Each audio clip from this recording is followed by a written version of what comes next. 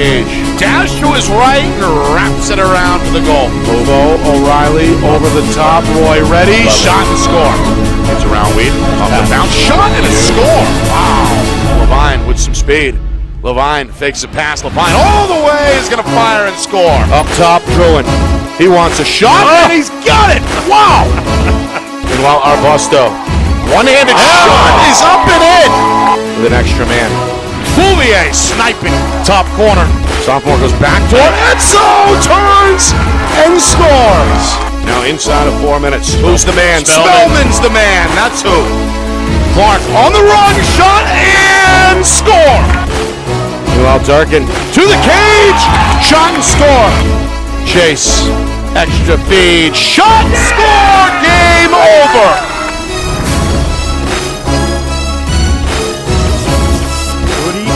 Welcome into Stellar Stadium for the second semifinal here in the NHIAA Division II Boys Lacrosse. It's going to be the number 4 Timberlane Owls and the number 1 seed, the Portsmouth Clippers. My name is Evan Alfano. Roger Howe is with me here for game number 2. It should be a very exciting one here as Timberlane trying to pull off the upset against a Portsmouth team that's been very good from the start of the season to now.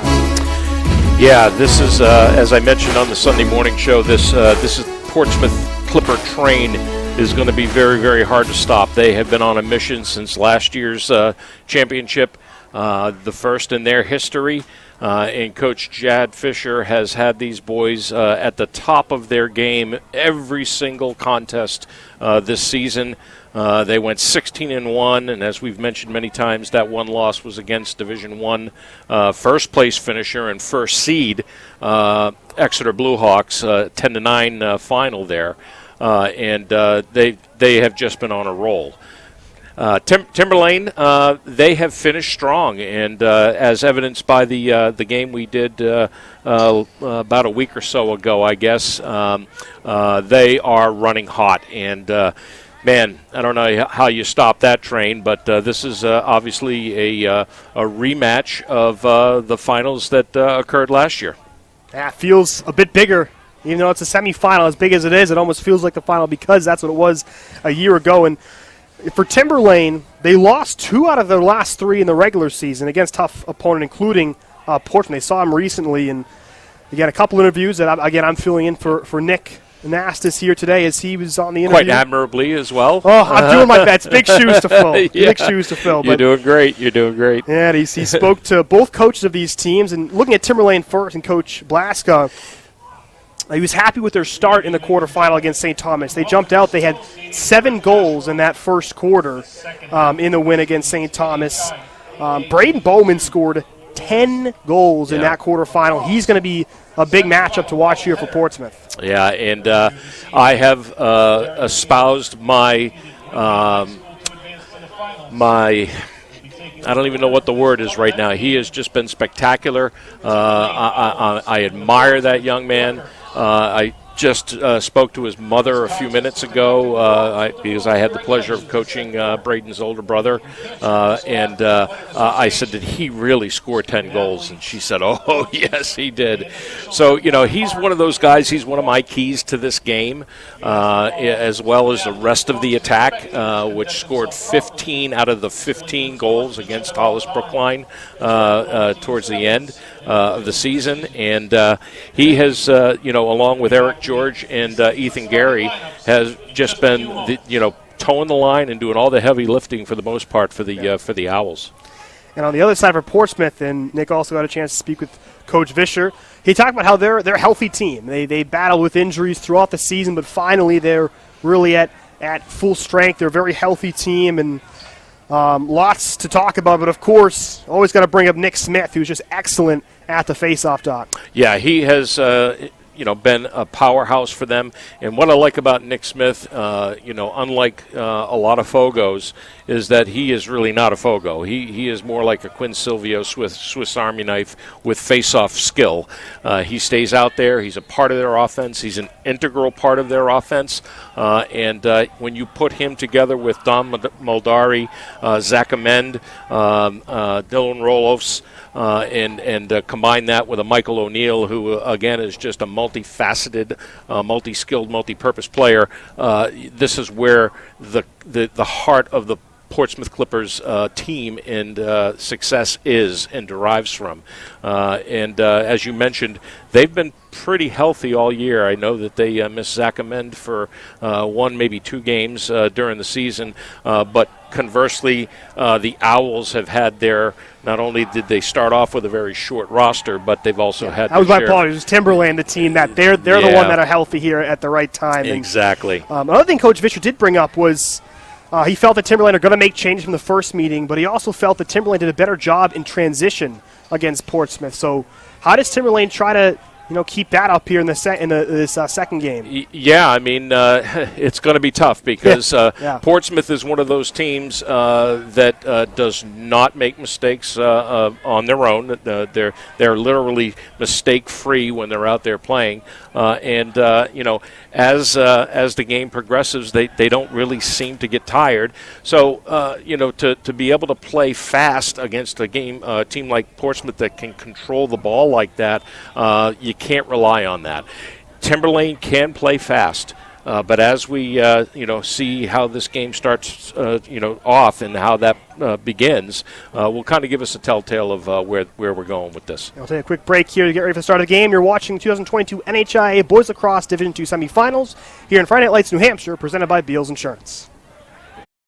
Our broadcast today, as it always is brought to you by Beals Insurance Agency, with locations now in both Bedford and Londonderry. Whether you need home, auto, or business insurance, Beals Insurance will get you both the price and quality coverage that's right for you. Just call 603-471-9999 or visit BealsInsurance.com to request a free quote and start saving money today. Again, that's BealsInsurance.com. The New Hampshire Tomahawks promote the highest level of club lacrosse competition, not just in the state, but in the country. Looking to get recruited? Director Chris Cameron keeps an open dialogue with the nation's top college lacrosse coaches. Over 400 New Hampshire Tomahawks alumni have played at the college level, including the ACC, Big East, Big Ten, Ivy, NESCAC, NE10, and more. The New Hampshire Tomahawks coaching staff has over 100 coaches, including current high school varsity and college coaches. The Tomahawks offer training for players of all ages, clinics, camps, and leagues, along with spring, summer, and fall elite teams. So play with the best. The New Hampshire Tomahawks, showcase and development for college lacrosse. Visit NewHampshireTomahawks.com and girls.NHTomahawks.com. Hey, I'm Chad, the owner of New Hampshire iPhone Repair. We're New Hampshire's most trusted and affordable repair shop for your iPhone, iPad, iPod, and even Android needs. Don't worry, we're affordable, reliable, and we back our parts with a lifetime warranty. And you know what the best part is? No, what? We can repair your phone while you wait. I know, that's why I'm here. Oh, I know, Mrs. Green. Here's your iPad, good as new. Bring your phone into New Hampshire iPhone Repair today. How can you reach your team's fundraising goals at no risk and no cost? MG Sports offers a variety of products to make your team's fundraiser a success. Their products include tickets and discount cards to hundreds of local businesses. MG Sports now has a digital platform where athletes can raise funds in the comfort and safety of their own home. So become another lacrosse program like Bedford, Goffstown, or Memorial that sets fundraising records every season. MG Sports, fundraising made easy. Visit mgsportsfundraising.com to start raising money for your team today. Are you thinking of selling your home? Well, now may be the time, given that spring is here, the market is hot, and interest rates remain at all-time lows. It's time to call Roger Howe, a licensed professional realtor with the Bean Group. Not sure what your home is worth? Roger will provide a market analysis for you at no charge. With 12 years experience in residential, commercial, leasing, and investment properties, Roger knows your local market. So contact Roger Howe of the Bean Group today. At Dead River Company, the work we do is about more than just filling up tanks. It's about the everyday moments in your home. We're here to fix your heating equipment, so you have heat and hot water for moments like this. We brave the elements, so you're always safe and warm. Anytime, day or night. Because it's moments like this that we do everything we do. Dead River Company. It's not your job to worry about the heat. It's ours. Become a customer today, and we'll be there for the moments that matter to you. Welcome back here to Stello Stadiums. We're getting set for the start of this second semifinal between Timberlane and Portsmouth. Crowd starting to file on in here. It should be a very good matchup. The second time they've met, it was recently, where Portsmouth got the 10-4 victory, but Roger, like you're telling me off the air, it was a much different game, especially with the weather, how that impacted that first meeting. Yeah, and it was just an awful night. I mean, it started off just gloomy and cold, and then it got rainy, and then more rainy, and then cold and windy, and it was a tough game to call. We were not in a nice, indoor structure like this, but we fought through it, and as I said to you, I think it changed the way the coaches approached the game. With the wet turf and the pressure that they put on, the defenses put on the offenses to try and force errors. The goalie for Timberlane, Brady Marston, had 11 saves in that contest, and I was impressed just by the fact that on wet turf with bounce shots, it's really, really hard to catch up to some of those shots, and he rose to the occasion on that. Michaelidis from Portsmouth, he had 6 saves, and he wasn't really tested to the same extent that Brady Marston was.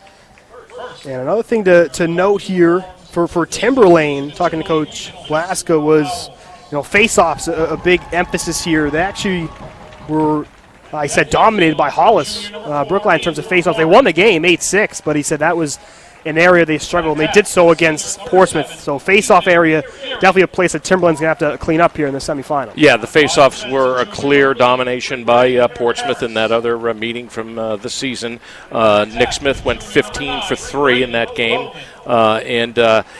Unlike what we just saw in the Derryfield game where Purvis was winning face-offs, but he really didn't become a part of the offense. Nick Smith is just the opposite. He is a part of every offensive play, stays out on defense, and he does his thing.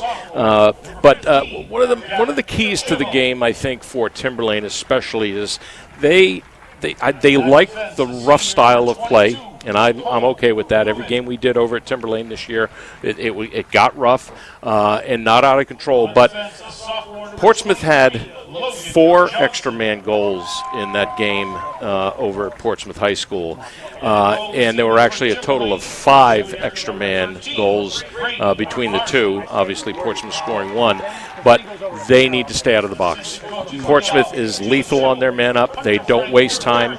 And, before you know it, they are putting the ball in the net. So Timberlane can't afford to give them that advantage during this game whatsoever.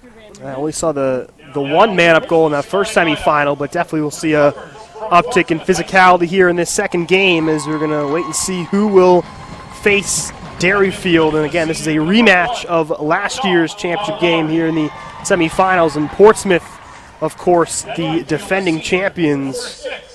Who do you feel in this game has maybe some more pressure? The defending champs is the higher seed, or maybe Timberlane is the lower seed? Who's got maybe more to lose or a little more pressure here in this game? Well, I think although, Portsmouth is the stronger team just by the nature of their record and their seeding, Coach Blaska has the wherewithal and the experience and the intelligence to put a game plan together that I think, will maybe get Portsmouth on their heels a little bit, and he's very good at that. But so isn't Coach Vischer. I expect that, because of the shorter roster that Timberlane has, they've got to be able to control this ball, and if they can't right from the get-go from the Nick Smith factor, then I think it's going to be difficult for them to keep up. But it's all about ball control and keeping the ball in your stick and not your opponent's, so we'll see how that fares. So how it goes here tonight. Really good crowd has filled in for both of these teams here at Stello Stadium. Timberlane and Portsmouth are getting ready to go. As we'll take a quick moment here as the national anthem is about to be played here at Stello Stadium.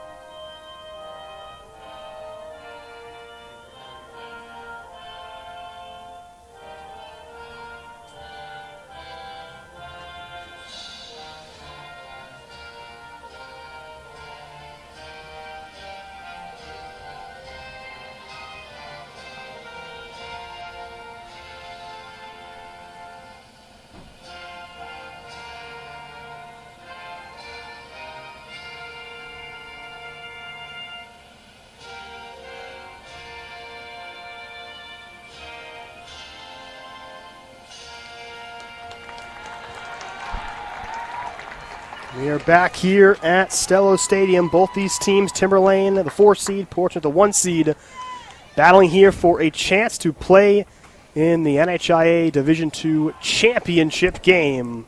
Lights are on here as both teams one last huddle before they take the field. What more can be said here in that huddle before we start this game? Yeah, if you're Coach Fisher, you're just telling your boys, hey, we've made it this far. We have pretty much dominated every game that we've been in, give or take a few. You've been here before, so to speak, okay? Let's just go out and play our game. I don't expect that there's going to be a lot of nerves on either side because the better part of Timberlane's roster also played in some big games, over the course of the past couple of years. It'll just be right here, right now for both teams because loser goes home. Ends your season.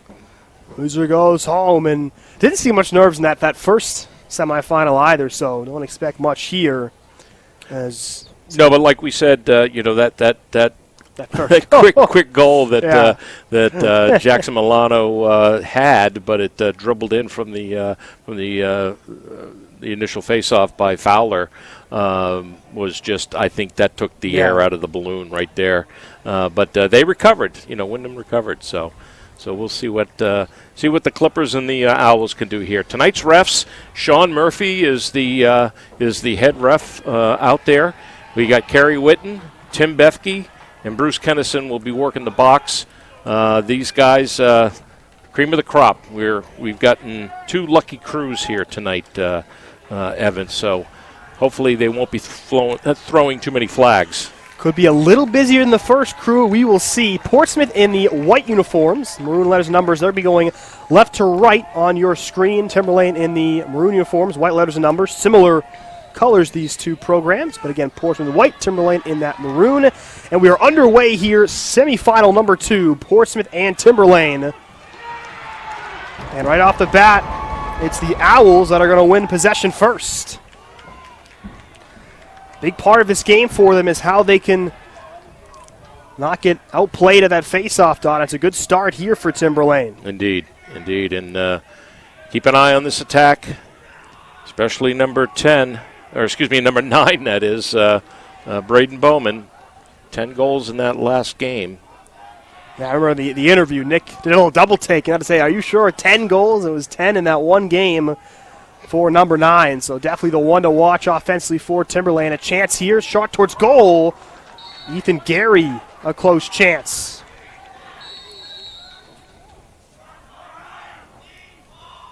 Skylar Nicolaitis in goal for Portsmouth. Yeah, not to be outdone, Bowman had 4 goals against Hollis Brookline towards the end of the season as well. So, he's a threat, no doubt. Lots of goal scorers on the field right now for both teams. Opportunity there for Gary, passes it up top. Bowman now has it. Goes behind the net to Eric George. Now Gary gets it back.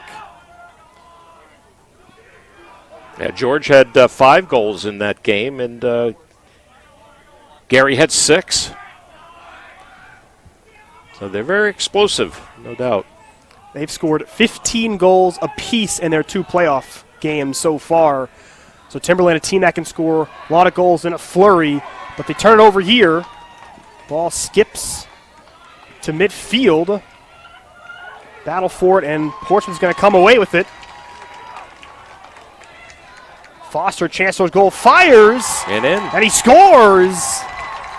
That's Noah Foster, who's got the goal for Portsmouth. And after Timberlane had possession first, it's the Clippers who strike first and take a 1-0 lead. Yeah, nice 2-minute offensive stretch there for Timberlane. And they scrap at the midfield, and Noah Foster comes free here. He kind of got trail checked. He really wasn't played hard on that break. And I got to tell you, I don't recall even mentioning Noah Foster through the entire season. So good for him to get out there, senior. Make it when you can get it. And there's Nick Smith. You talked about what he can do in the face-off dot. And not only does he win the faceoff, but he's able to get it himself and take it up the field. There's a shot there, whistled wide of goal. Yeah, that's Zach Amend. Probably not the smartest shot there, but, hey, needs to get warmed up, get this defense moving, and get another. He's lethal. He's very Correction lethal. on the goal. It was Michael O'Neill. Oh, it was O'Neill. Okay, well, that makes sense. Oh. So we're getting word he left his jersey at home, so Michael O'Neill is wearing 13 and not 3 tonight. Well. The plot thickens. Boy, he's lucky he's not Bill Belichick coached over there. He'd be sitting the first quarter like Wes Welker or something. No wonder he got that first goal. He knew he had to get Coach Vischer happy. So that was, again, Michael O'Neill with the opening goal for Portsmouth. O'Neill wearing number 13 tonight, not number 3. At least for the time being. We're being told that maybe they're on the road, try to get that from Portsmouth. Is that right? Yeah. Yeah. Now a chance here, and it's a second goal. There we go. That's Keegan Myers for Portsmouth. 2 possessions and 2 goals. And they've doubled up their lead here in Timberlane early on, 2-0. Well, this is what Portsmouth does so well. They're patient. They find the seams and the openings.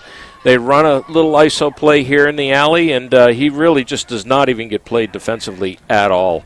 They've got to stretch this slide, which was way on the other side by the Owls with Braden Paris. Just wasn't there at all. And there's Nick Smith once again, and how quickly Portsmouth sets up their offense. And that ball just finds its way back to Max Brown. Yeah, Max will stay out there. He'll make a run on offense. They'll let him play around a little bit. He's coming off now, but so Portsmouth already a couple goals here early on. We saw Derryfield get off to a really fast start, 6 first-quarter goals in the first semifinal. And really never looked back from that point. Good turn. Some passing there. It was Keegan Myers, the pass to the middle. Should be going to Maroon here. Will be heading to Timberlane. Braden Paris there with possession to start in that far side. Now it'll head to Brady Marston. A very good goaltender for the Timberlane Owls. And he's going to clear it himself. He's got a man. Marston's going to keep it. That's risky. As Portsmouth trying to pick up possession. They have it. They've got an empty net for the moment. They got to pack it in here. Myers, but back to his goal safely as Marston there. Has almost a disaster for Timberlane, but they're able to get back defensively. Yeah, and he had a man downfield on the attack, Braden Bowman, and he just did not see him. I wonder if they're talking enough to him. Ouch. And good passing there, and once again, it's Myers as he was left alone right there and fired the goal home for a 3-0 Clipper lead. Yeah, again, defensive faults here. Just not a lot of pressure coming on.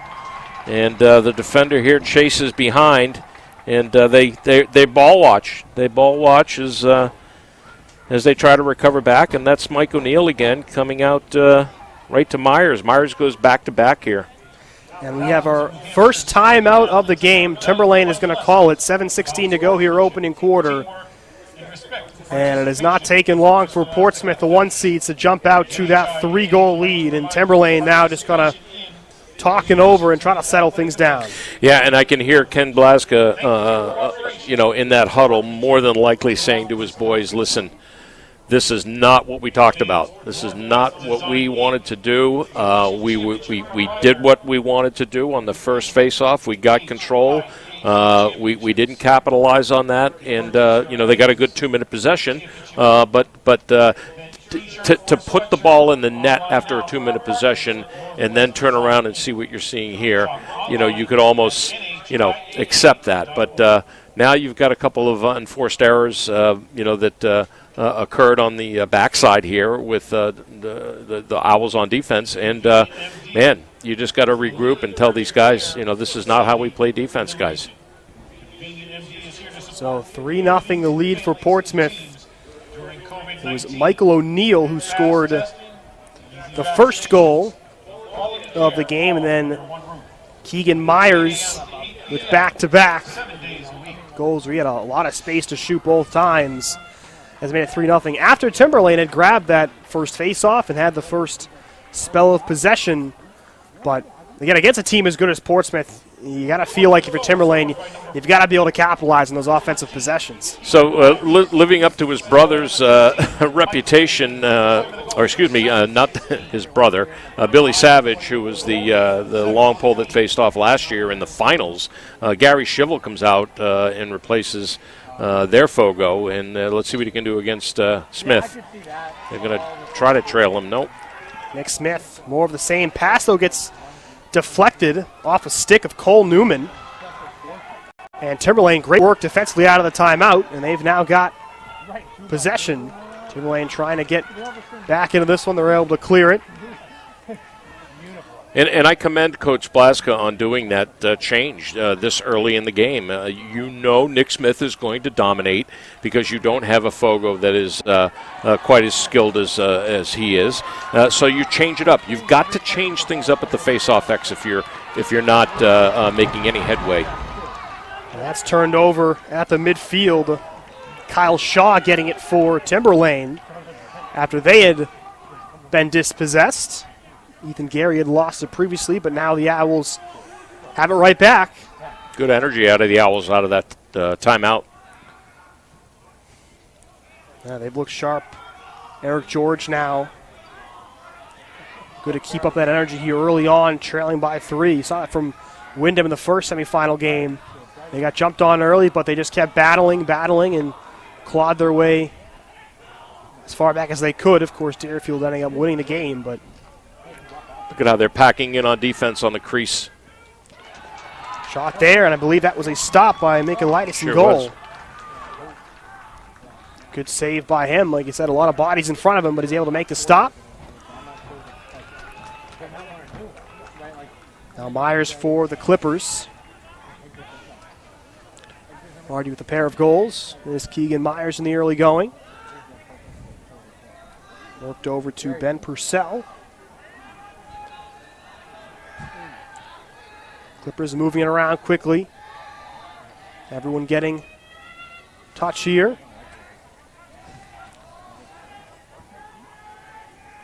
Spade and Patterson up top. Now it's into the X. Ooh. That's O'Neill with that. He fires, he scores. That's Michael O'Neill wearing number 13 with his second of the game. Some good movement there from O'Neill, and it's 4-0. Yeah, and I made a little blurb there because I could see it coming with O'Neill getting into that sweet spot in the 3x3. And there was a miscue there by the defender, and he kind of overplayed that. I don't know if he was trying to set him up for an over-the-head check, but he lost his footing. That was Braden Paris, and you can just see O'Neill just kind of stroll right in there, and even without the angle, he pops it in there. Red ball, so that's the procedure call. So Owls able to get possession here. They find themselves trailing 4-0. Just under 5 minutes to go here in the opening quarter. This is Braden Bowman. Big threat to score. Now Gary with it. Max Dieppe defending him there. Now it's played up top. A shot attempt there, skips away. That was Kyle Shaw. Oh, nice play by Brown. Good work there, the long stick of Max Brown.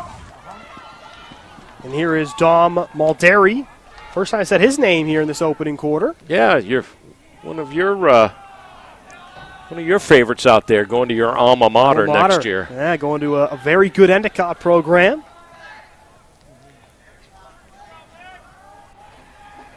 Yeah, was it Western New England? I think we set off air that took Endicott to the finals in their conference, right? Yes, Western New England got the win. It's been those two teams forever in the CCC. Monterey heading to a good program. A little biased for me, of course. But well, I can concur, and I've said it in previous broadcasts. My son Brandon was recruited by Coach Haggerty and ended up transferring out of there, but great program, great coaching staff over there. He took over, of course, for Sean Quirk, who is now the Cannons head coach in the PLL. Yeah, I think Quirk still works in the Endicott athletic department. He does, yes. I believe he's the assistant AD now. Now loose ball in front for Mulderry. Can't quite pick it up as that's scooped up by Brady Marston. Good stop there by the Owls. I think they'd love to get a goal here. They don't want to get shut out in the first quarter. And that's a pass that just gets away. Maybe some miscommunication. Well, they get it back. Stays. Must have been a tip. Well, it makes sense why it looked like it was so far away from who it was going to. He wants to take a deflection. Yeah. Here is Bowman with it now. Boy, this defense is not giving them any room, and anything adjacent is getting sealed off very quickly. If they're not sealing off quickly, it's because they're not in any type of danger or threat to get the ball into the inside. So it's a well-organized defense for the Clippers. A couple miscues on the other side we've seen so far from Timberlane. We've seen this offense from the Owls before, however. This is what they like to do, spread it out, get into a circle almost, and then kind of pop a guy in, pop a guy out. They did this very effectively against Winnicott, and they're doing it here against Portsmouth to see if they can find a seam. Bowman trying to find the space, but really nothing there. Goes up top to Gary. But this is a good game plan too, because we talked about in the first game. That's a hold. That's another hold. You want to wear down the defense. Certainly helps, of course, without the shot clock. That almost it benefits Timberlane in a sense sometimes in those longer possessions. That's a conversation for another day. Sure. As this one gets over half, cleared by Max Brown. I think the NHIAA is looking to get shot clock. I think in basketball, maybe in the next few years. Yeah, we don't expect to see that if ever in high school sports. There's, some of these schools barely even have a scoreboard that works half the time. Yeah. So, certainly in the in the more affluent communities, perhaps bigger cities, you might see that. But it's just So there are some collegiate teams that barely have a shot clock. They're running it off a computer screen or a laptop with a wireless or something. It's not even dialed in. But final minute here in the opening quarter. Portsmouth looking to finish off a shutout opening quarter here against Timberlane. They've got the 4-0 lead, trying to add a fifth here before the time expires.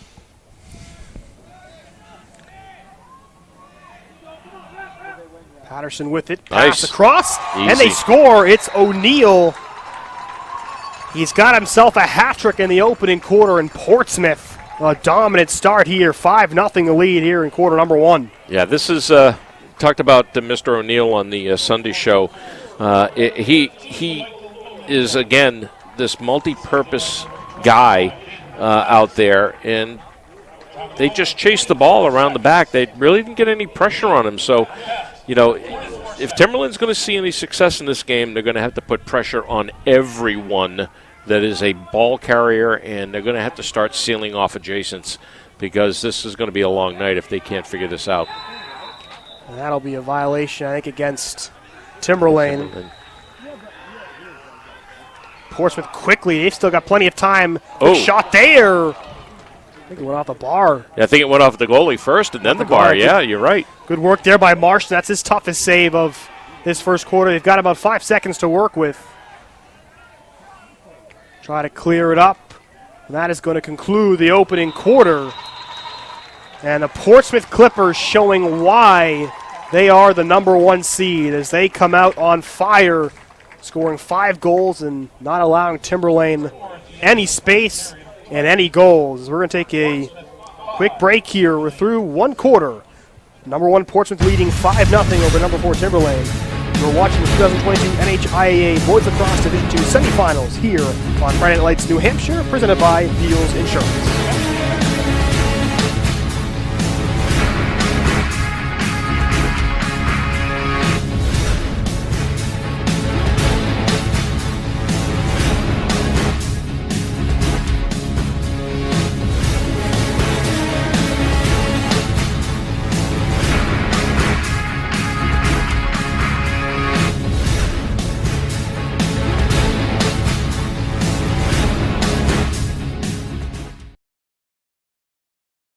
Our broadcast today, as it always is brought to you by Beals Insurance Agency, with locations now in both Bedford and Londonderry. Whether you need home, auto, or business insurance, Beals Insurance will get you both the price and quality coverage that's right for you. Just call 603-471-9999 or visit BealsInsurance.com to request a free quote and start saving money today. Again, that's BealsInsurance.com.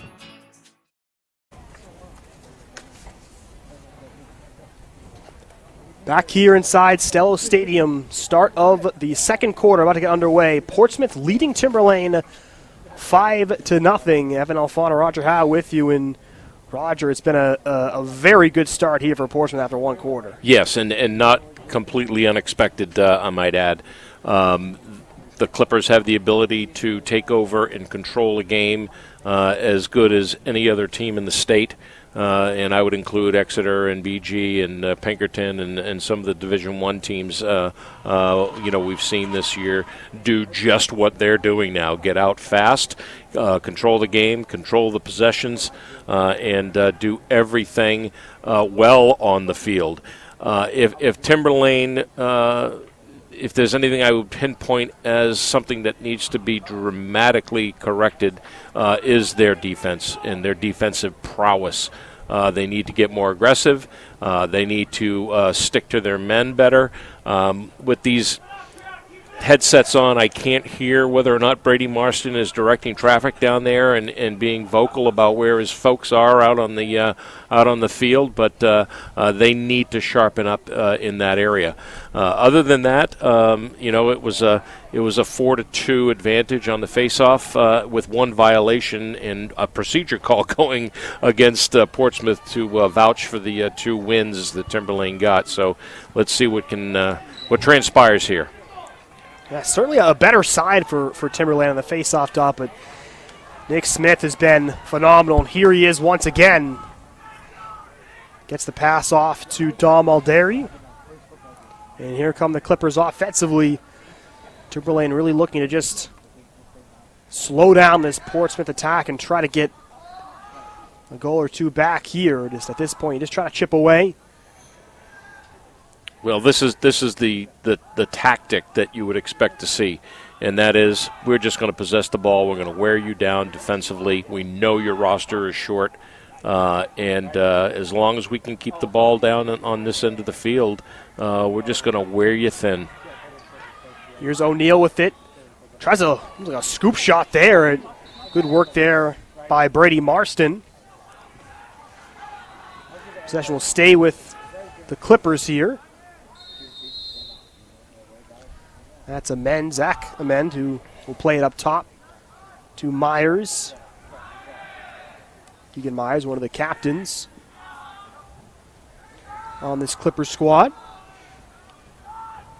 Yeah, this is what's scary about their roster as well, is that guys like Zach Amend, Nick Smith, sophomores all by himself, Maldari. That's just too easy there. Maldari wide open in front, fires and gets the goal there. Some good passing by Portsmouth, but again, that one seems a bit too easy for the Clippers. Yeah, that's a layup. And as I was sitting there talking, watching no defense, no coverage, and thinking in my mind, just stop talking. watch the play here, because it was telecast, and it was just an easy one, just much too easy. Keegan Delisle there with the Really good assist. And Mulderry, like I said, just a nice little layup there for him in front of goal. Another face-off win here for Portsmouth, trying to move quickly in transition, but good work defensively. But it is scooped up, though, by the Clippers. Dylan Roloff's there. Another one of the captains, able to keep possession for Portsmouth. So 6-0 now the score here.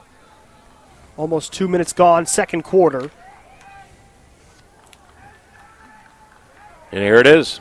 Just start off in the circle. Pass perimeter. Get the defense moving. Find a seam. Wear them down.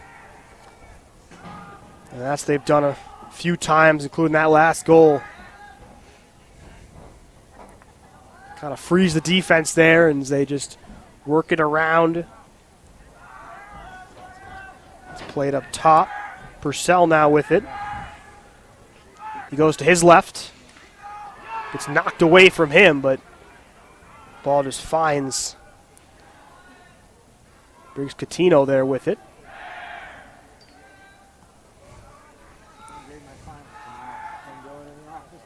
Catino had a speed there, gives it off. That goes out of the stick. To Lyles there, but he's back to pick it up. And now finds Ben Purcell. Portsmouth showing the patience. Here's O'Neill, who's got a hat trick. Pass to the middle, trying to find Catino. That gets knocked away from him. Ball that was still loose, picked up for a moment. Thought Portsmouth had it, but eventually the Owls come away with it. That's Logan Johnson. Get upfield. There we go. Oh, Chevelle pass though gets away, still loose, and the Clippers have it. Baden Patterson. not a great pass there, but it was still a pass that could have been caught. It is given back to Timberlane. Owls still trying to find goal number 1 here in the second semifinal. Now with it, it's Bowman. He's definitely a guy the Owls want to get some good looks for. Now it's worked over to Andrew Morin. Now trotting into the X is Eric George. George, not much of an angle there, is to back off. Good. Low shot there. I was going to say, like you said, Portsmouth defense not giving much of an inch. No, nothing. That shot was off goal too, and an easy one for Michaelitis.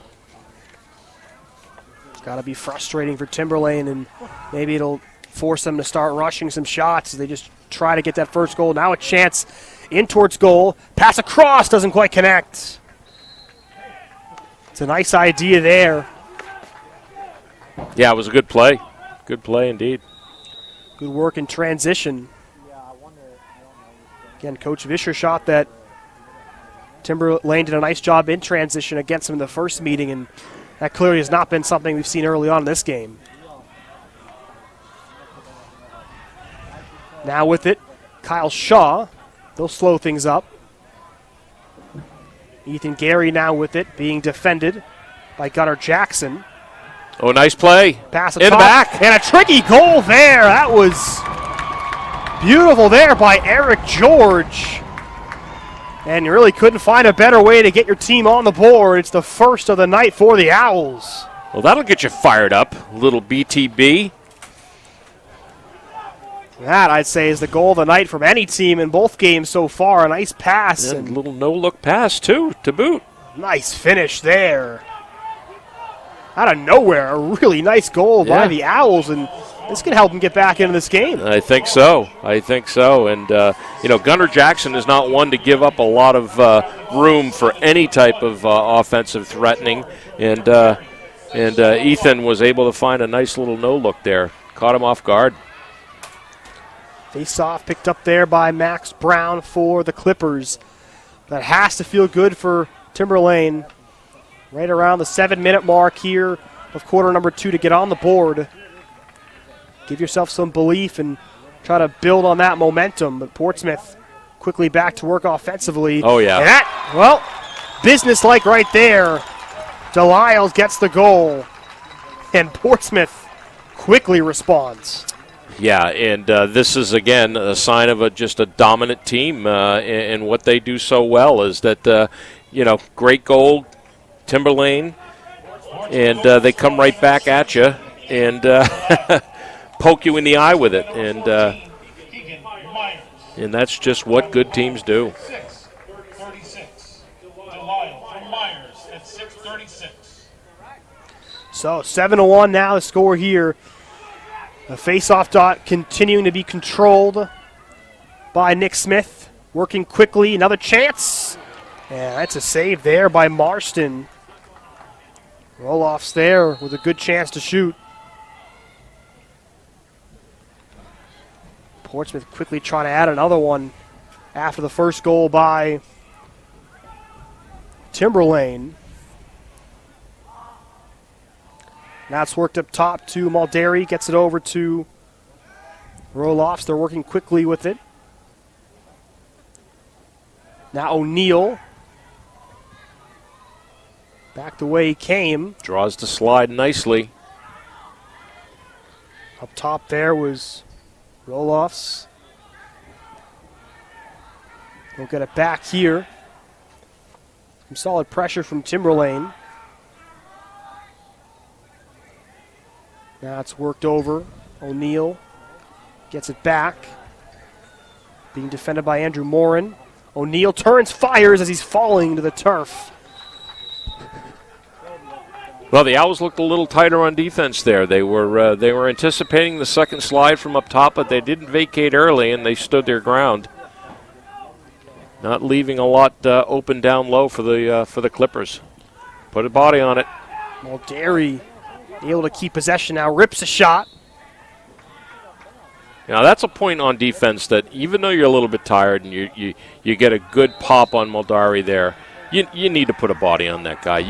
Look what happened. He rolls out of the double team and he fires off a shot. You can't let that happen. Another chance there, gets blocked.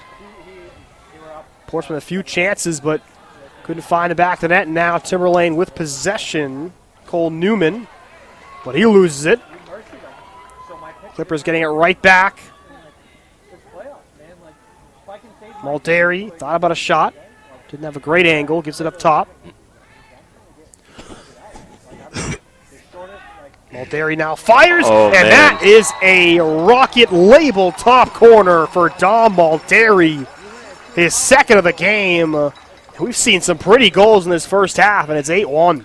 Yeah, he as we just mentioned, he rolls out of that double team in the prior sequence and takes a shot. It was a nice shot. It was whistled wide, but he teased this up. Watch him dial in. Boom. Far corner. Just rips it. Coach Haggerty's going to love that. Look at that. Can't really find a better shot there. As good as Brady Marston is, I'm not sure if any goalie's making a stop on a shot right up in that corner. Well, that's his second goal of the quarter, Evan, and they're starting to really dial in here. Now the Clippers have responded nicely after the Timberlane goal in this quarter. They've added a couple more to make it 8-1. Now it's played up top. Purcell will play it over to Patterson.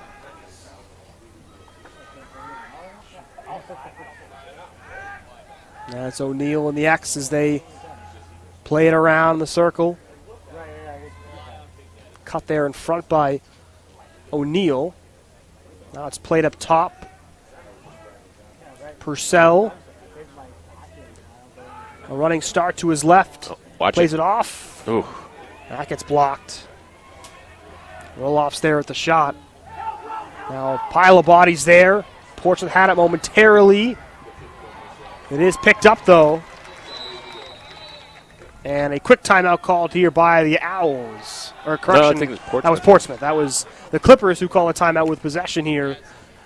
3:37 to go, 8-1, Portsmouth with the lead. Our broadcast tonight is brought to you by Beals Insurance Agency, with locations now in Bedford and Londonderry. Whether you need home, auto, or business insurance, Beals Insurance will get you both the price and the quality coverage that's right for you. Visit BealsInsurance.com. Also by MG Sports Fundraising. That's fundraising made easy. MG Sports Fundraising is the official fundraising partner of Friday Night Lights, New Hampshire. Visit mgsportsfundraising.com and start saving money for your team today. New Hampshire iPhone Repair. It's done while you wait, and it's backed by their lifetime warranty. Now with 6 locations in southern New Hampshire and on the seacoast. Visit NHIPhoneRepair.com. Tonight's broadcast is also brought to you by the New Hampshire Tomahawks. Showcase and development for college lacrosse. Visit NewHampshireTomahawks.com and girls.NewHampshireTomahawks.com. Dead River Company, a full-service heating providing, committed to keeping New Hampshire warm with propane and heating oil. Learn more at deadriver.com. And Roger Howe Real Estate, your local professional for all types of real estate, residential, commercial, leasing, and investment properties. Call Roger at 603-247-1583. You can tell my tongue is getting very dry. Hey, well, you made it through. Yeah, I made it through. One more, I think. One more. One more. Both teams here out of the timeout, 8-1. Portsmouth with possession and the lead here. 3:37 to go, opening half. The Clippers were the ones that just called that timeout after a scrum for that ground ball, but eventually they were able to control. And now they're back to work here offensively. Final 3.5 minutes, looking to continue to build on this really impressive first half. They've really jumped all over the Owls. Nice cut. Nice passing here. Off a stick. O'Neal lost it a couple times, but he's able to keep it. Derry into the X to Zach Amend. This is what the Clippers do so well with their inverts. Pass there doesn't quite connect. Derry battling for it. Timberlane finally able to get possession with it. Gary Chevelle, but that's lost again. Oh. One shot, they score. What a goal there. Jeez. That is Delisle again off the turnover. And this is Make it just 9-1. This is just tenacious play. This is what we see out of teams like Bishop Girton and Pinkerton, Exeter, of course. They just don't give up just because they see something going in the opposite direction. Shivel lackadaisically tries to roll that, and there's Delisle right there.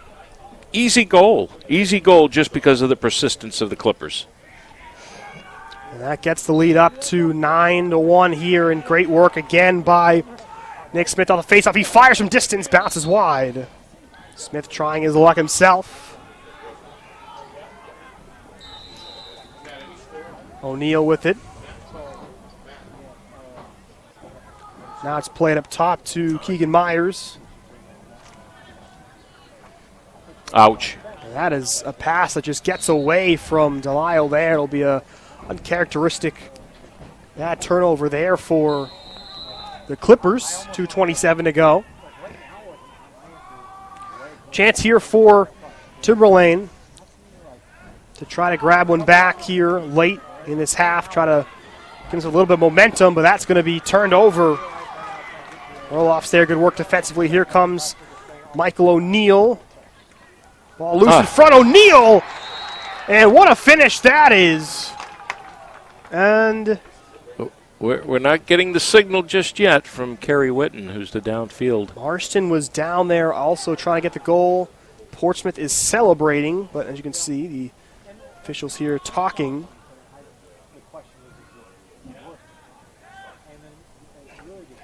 I apologize. That is not Kerry Witten. But the consensus goes Portsmouth's way, and O'Neill gets another. Here's the replay. Look at the effort by O'Neill, and gets to the ball first in front of Marston, and a diving effort to score. And like you said, it's just a team that's just tenacious. They just don't give up, and that's the second goal in a row where they're just a more aggressive team, and they get the goal. Well, one of the things we didn't see in that play was that on the clear by Timberlane, Cole Newman got pinched up here by the 40-yard line, and he lost possession, and he did not get back in the hole. He just kind of strolled in thinking somebody else was going to toe the line, and you had numbers, and this is what happens. That's a quick goal. That's Dylan Roloffs there. Good work, too, by Nick Smith off the face-off to get the assist there. And in a blink of an eye, it's a 10-goal game. Yeah, and this is just pressure on pressure on pressure. I mean, blink and you'll miss it there. 10 seconds, I mean. Think we got a timeout here, Evan? And Timberlane? I believe we do. Timberlane going to talk this one over. Roloffs gets the goal off the Nick Smith assist. We've talked about pre-game what Nick Smith can do on the face-offs, and he does it there. And we talked about maybe some momentum after that really nice Timberlane goal, but Portsmouth, their response is just to jump back all over Timberlane, and now you've got the lead up to 10. This is the largest lead of the game for Portsmouth. And we talked pregame about how this game could go one of two ways. How good Portsmouth is, this could be how the game goes, but with Timberlane getting healthier, and obviously we're not dealing with bad rain here tonight, that maybe things could change, but a lot of credit goes to Portsmouth the way they've come out here from the start. And they've come out storming, and they just have not let up. They have put pressure on Timberlane from the first face-off, and we discussed that. And the only hope I think that Timberlane had against Mike O'Neill was that they could hopefully tie him up enough, get wings in there quickly to create scrums to get a 50-50 chance at a ground ball in possession, and that just has not happened. In fact, unlike Purvis and the Derryfield team and their wings, where Purvis was literally directing the ball to his wings, and had very few, not that he couldn't do it, but very few what we call pinch and pop and get possession right off the whistle. O'Neill's doing just the opposite. And this is one of their strengths, Evan. And as long as you have Nick Smith doing that, you can't stop them. And that's where the pressure is just constant. This time it's won by Timberlane, but it's out of the stick of Paris. Still loose.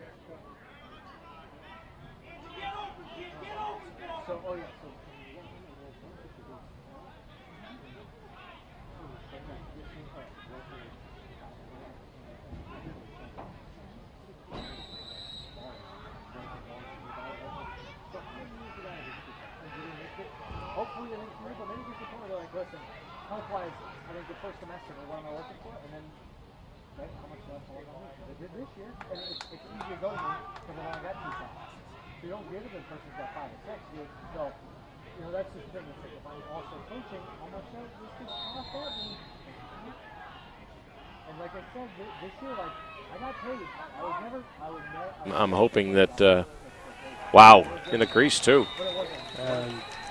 These two teams used to playing each other, I guess, and not the best weather conditions. It is getting dark out there. You can feel the wind starting to pick up. We get some darkness coming overhead, and remember the first flash of lightning, and we stopped the clock for 30 minutes. So back to work, Timberlane. Bowman, they want to get him going. Fakes a shot, keeps going. Yeah, they're just playing the attack so tight here and so tough. Nothing, see? Yeah, they wanted to pass the middle, but that was closed off quickly. This was going to skip on a play, diving, trying to make a play, and doing so successfully. Good effort there by Eric George. 46.9 here on the clock. Eric George diving to give his team more possession. Now it's worked up top. Good move. Quick slide, quick recovery. This is the difference between the two defenses right now, Evan. Not giving an inch as Portsmouth, as quick as Timberlane tries to open move. Now a chance here, and they score. They find some space. Well, finally, Gary gets loose, Nathan Gary, a matter of time you fell. If you just kept running, he'd finally get one. And he does so there, and that makes it 11-2 here, 17.6 on the clock. Yeah, I mean, this is what Ethan Gary has done all year, and the slide came, but there's no second slide. And actually, that first slide was pretty lackadaisical. I don't think that that came quite as quickly as it should have to disrupt Ethan and his shot. But good for Timberlane to get their second goal here. Final 10 seconds here. Portsmouth looking for something else. Smith has it. Goes back to his right. Gets a shot off, and he scores! Oh, my. 2.2 on the game clock. A crushing goal there for the Owls. Nick Smith sneaks one past Marston. Gets the lead back up to 10 here with just 2.2 on the clock. Man, I feel the pain way up here. I mean, I've said it all season long. I love bounce shots, and this is all Nick Smith had with the defense all over him, and he pops it up top side with a bounce shot. Very, very high IQ out of that young man. How he got that shot off, but he does, and he's able to find the back of the net, and that is going to conclude half number one. Portsmouth here in the second game, up on Timberlane 12-2. And we'll take your final thoughts here on this first half. Yeah, totally unexpected, the outcome, not the outcome, but where we're at right now at the end of the first half with the score. I expected this to be a little tighter because of Timberlane's ability to kind of rack it up from their attack side. But Portsmouth hasn't missed a beat. One unforced error in that entire half by Portsmouth. The rest is so they say, history. So we'll take a quick break here, come back to recap the first half, get ready for the second half. Your score here after one half of play, it's Portsmouth 12, Timberlane 2. You're watching the 2022 NHIAA Division II Boys Lacrosse Semifinals here on Friday Night Lights, New Hampshire, presented by Beals Insurance.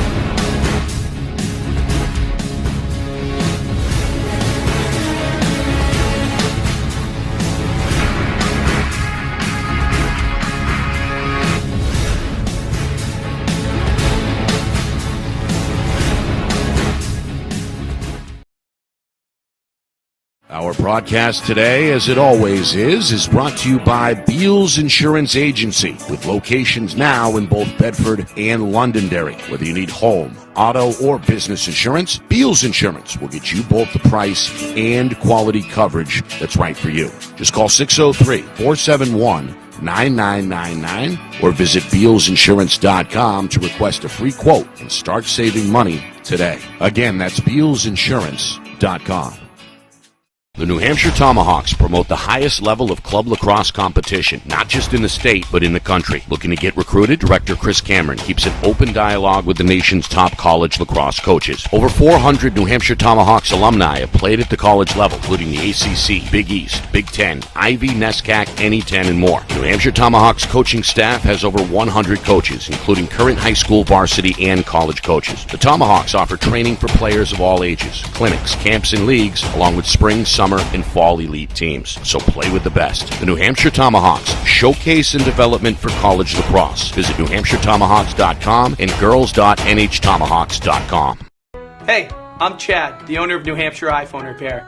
We're New Hampshire's most trusted and affordable repair shop for your iPhone, iPad, iPod, and even Android needs. Don't worry, we're affordable, reliable, and we back our parts with a lifetime warranty. And do you know what the best part is? No, what? We can repair your phone while you wait. I know, that's why I'm here. Oh, I know, Mrs. Green. Here's your iPad, good as new. Bring your phone into New Hampshire iPhone Repair today.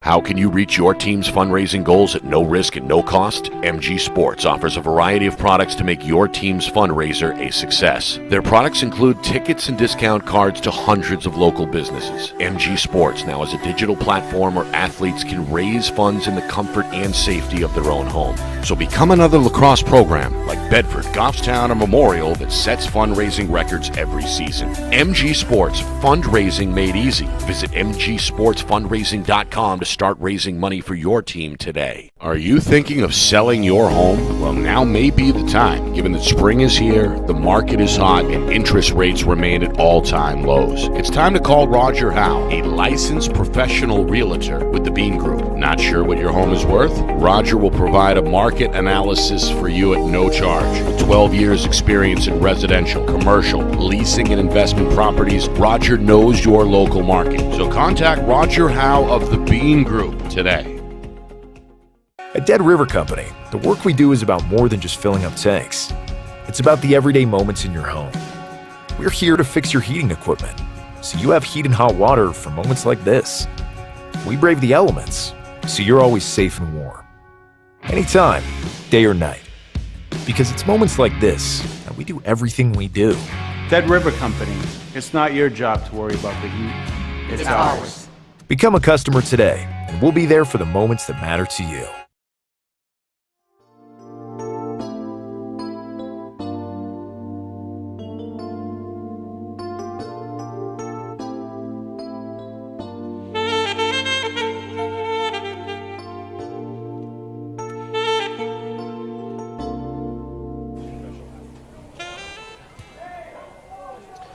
Welcome back here as we are at halftime getting ready to start half number 2 between number 1 Portsmouth and number 4 Timberlane. This is a rematch of last year's Division II championship here now in the semifinal, and Portsmouth has really got off to a good start. Evan Alfano, Roger Howe with you, and it's been really all Portsmouth from the get-go. Yes, it has. A little bit of a shock, to be quite honest with you. I honestly thought that Timberlane would make at least a little better showing on offense, but it's been their defense that's been kind of overwhelmingly disappointing, I would have to say. They've towards the end of that second quarter, they started playing tougher. They were shutting Portsmouth down a little bit, but at the same time, I mean, when you got a guy like Nick Smith shooting like he did through a double team, and they actually played him really hard and really well. But when you got that kind of skill and you can put the ball, 5 yards on a bounce shot and then, pluck a corner like that right in the corner and under the crossbar, what can you do? I mean, it's like when, Darrell Revis plays perfect defense, on Revis Island in football and, a pass gets thrown right in his hands, the only spot that the receiver could get it. And that's kind of what that play was all about there. So, Timberlane chose to stay out of the locker room. They're down in the far corner, and hopefully, they'll regroup and have a little more energy in this half. Yeah, we've still got plenty of time. Got 2 full quarters, 24 minutes. It's been tough for Timberlane offensively, but of course they've got probably the goal of the game, that behind-the-back goal to start. I believe it was Eric George that scored. Yes. That was a fantastic goal.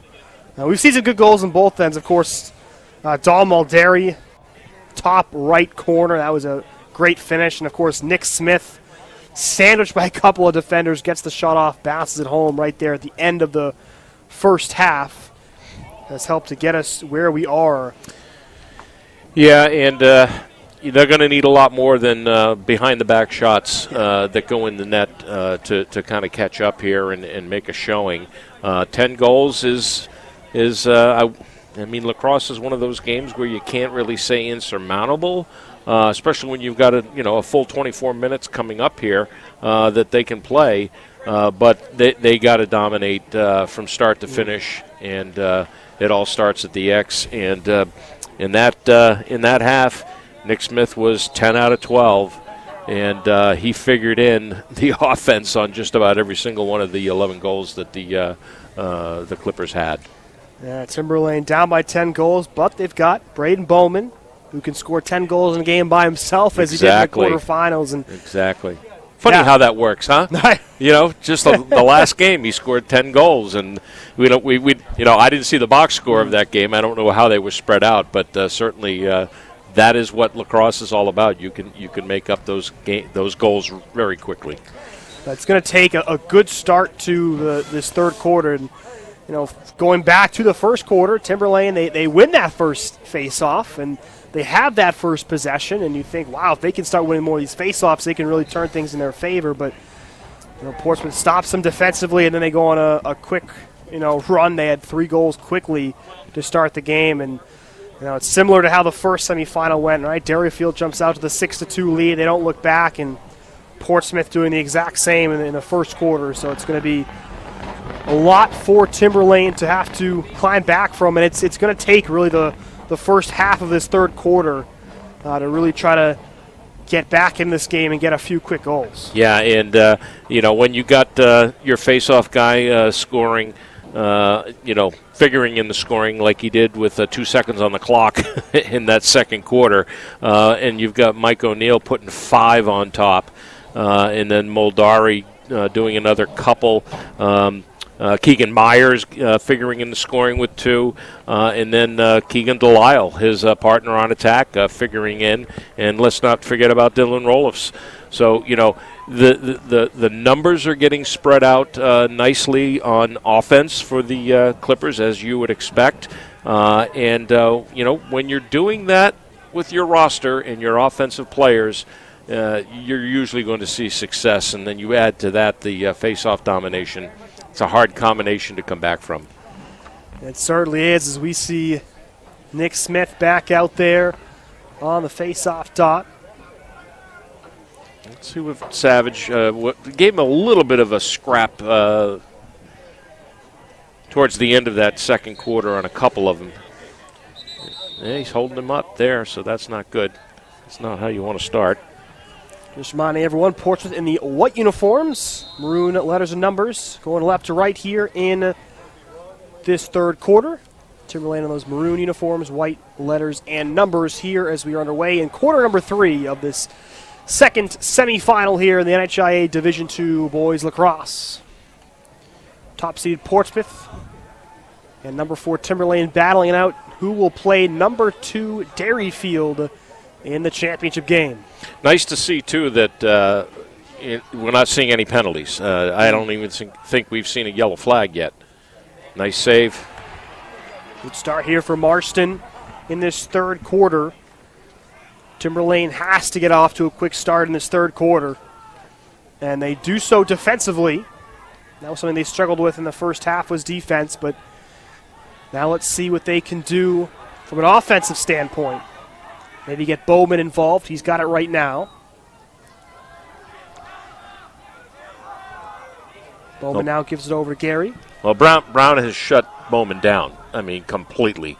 I don't think Bowman even has a shot on net that I can recall. Gary and George have really been the only offensive threats for them as they shut Mr. 10 goals right down to nothing. And he gets scrummed away here. Ball popped up in the air. It's going to find Eric George. Pass up top. Big collapse. Couple players down, and quickly it is Portsmouth who has it. That's Ryan Patton. They're going to play it back. Oh, push. Push. Knocked the ground, but still in play. They try to go quickly past to Bowman. He shoots, Yep. and he scores. Wow. I got to tell you, they came out on top with that, but there was clearly a push on Michaelitis. And they recover quickly and steal one away here. And sometimes that's what you need in a game like this. You need a little bit of luck going your way. But the flag was kept in the pocket on that. And as we talked, Bowman capitalizes. Yeah. And it's definitely a bit of a surprise. You saw Max Brown certainly was not the happiest camper there after the goal. I thought there was the penalty against Michaelitis, but we play on. It's now a 9-goal game, and this is just the start that Timberlane wanted. And well, I eat my words as Portsmouth strikes right back. That's Zach Amend who gets his first of the game, and that's just, well, we've seen that from Portsmouth. Any time that Timberlane was able to have been able to strike, they fire right back, and the best teams do that. We saw Derryfield do that in the first semifinal as well. Yeah, this is 12 yards out, but Zach Amend has got a bazooka in his right hand, and they just left him too much space to wind that one up, and good placement of that shot by Zach. So the good pass by Delisle, too. Sorry to step on your tongue worries, there, but no Delisle worries. is figuring in some points here. Delisle has played well for Portsmouth so far as they get their lead back up to 10, and they now have possession once again. They've controlled the face-off dot, which something we expected would be the case here with just how good Nick Smith is. As back to work they go. It's gotten cooler as the sun has gone down, a little breezier out there. We got lucky without that sun, though, this time. Yeah, we did. Yeah, we the did. sun coming off that lake sometimes is blinding. The clouds doing us a favor there in the first game. So 9 minutes to go here. Portsmouth back to work offensively. Little inside. No body. Got a body up here. Shot there by O'Neill was blocked. So Timberlane now back in transition the other way. Bowman. That was Paris who had possession there. Oh. Just swarmed right there was Gary. A lot of white jerseys. And Portsmouth, bit of a loose pass there, but it does connect. Mulderry trying to get around 3 different maroon jerseys to clear, and he eventually does so. Good work there by Mulderry. That's how it's been. You know, between the boxes, they have been just swarming. They've been tenacious, and they have not given up. And Mulderry had 2 guys on him there and still broke free over the 50. And that's what you got to do. They just keep going. Yeah, this Portsmouth team really hasn't been a moment that they've let up at all. It's shown on the scoreboard. O'Neill plays it back up top. Finds Patterson. He'll backpedal. Plays it over to Myers. Little swim move there. Now back to his right. Looks to shoot. Fires, and he scores. Yeah. That is a hat trick for Keegan Myers. A couple nice moves there to get open. And that's going to make it 14-3 or 7:24 to go, third quarter. Well, what can you say? We've seen it all game long, and this is a tired defense, and he just walks right around the defender, and there is just no help on the backside. I mean, give Timberlane at least a little credit there from the adjacent spot with Logan Johnson, but he just couldn't get there quickly enough. Largest lead here of the game, 11 for Portsmouth, 14-3, as they have been just so impressive in this game and how they've been able to really from the start jump on Timberlane. Their defense has been fantastic, giving the Owls not much, but Timberlane gets the face-off win there. Good work by Mikey Savage. Yeah, finally they create some distractions there for Nick Smith. Good turn. Good work there. Bowman finding George, who turned and fired. You know, that's a situation we talked about pregame about, trying to create 50-50 battles, and there's going to be a man up here. Now this is going to go against... Looks like it's Gunner, our boy Gunner. Gunner Jackson, the junior. He trots off with 6:48 to go.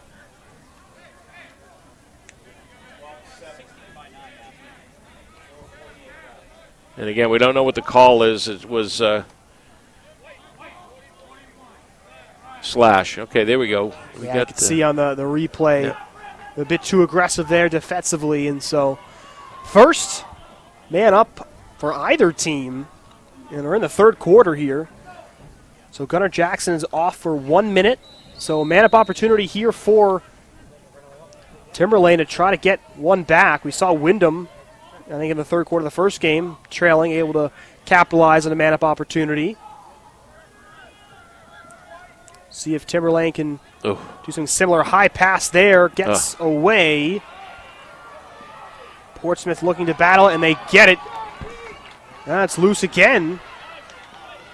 Good heads-up play, though, to play it back by Dieppe there. And now here come the Clippers, and they're probably just going to use the rest of this man-up chance for Timberlane.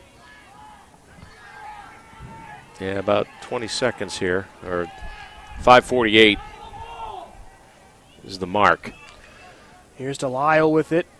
Turns back the other way, looks for a cutter in front. Nothing was there. Final 5 seconds ticking off here on the man up for Timberlane. So they are not going to be able to capitalize. Ooh. Couple nice moves here. That's a nice goal. Yes, indeed. That was pretty play there. That is Delisle who's got the goal. He's got himself 3 goals. That's 3 different hat tricks here for Portsmouth this evening. And they've got the lead up to 12 here, 15-3. Yeah, 4 seconds shy of being a shorthanded goal. They were bringing numbers out and just overmatched at this point. Yeah, this defense is looking really tired right now. And they've had a lot of time in the defensive half battling, and Portsmouth just doing so well capitalizing on that. Another face-off here. That's going to be scooped up, though, by Max Brown. Max Brown off to St. Lawrence for swimming. Here's Brown. Yeah, we're told he's quite an athlete. I think anybody that did any type of swimming competitively knows it's not easy. I got to have some really top-level cardio, and he's been fantastic here all season on the lacrosse field. That's continued today as we head to a timeout here. Yeah, this is a Portsmouth timeout. Maybe just might even be thinking about doing some substitutions here. They, what do you do at this point? You don't really need a timeout. Maybe you strategize something else to kill clock. Yeah, 12-goal game, and it's could be a good moment to try to get some players as we're going to be off you for the ads. Yeah, I know they're running some middies out there, but we'll see what they can do here. Our broadcast tonight is brought to you by Beals Insurance Agency, with locations now in Bedford and Londonderry. Whether you need home, auto, or business insurance, Beals Insurance will get you both the price and the quality coverage that's right for you. Visit BealsInsurance.com. Also by MG Sports Fundraising. That's fundraising made easy. MG Sports Fundraising is the official fundraising partner of Friday Night Lights New Hampshire. Visit mgsportsfundraising.com and start saving money for your team today. Also By New Hampshire iPhone Repair. It's done while you wait, and it's backed by their lifetime warranty.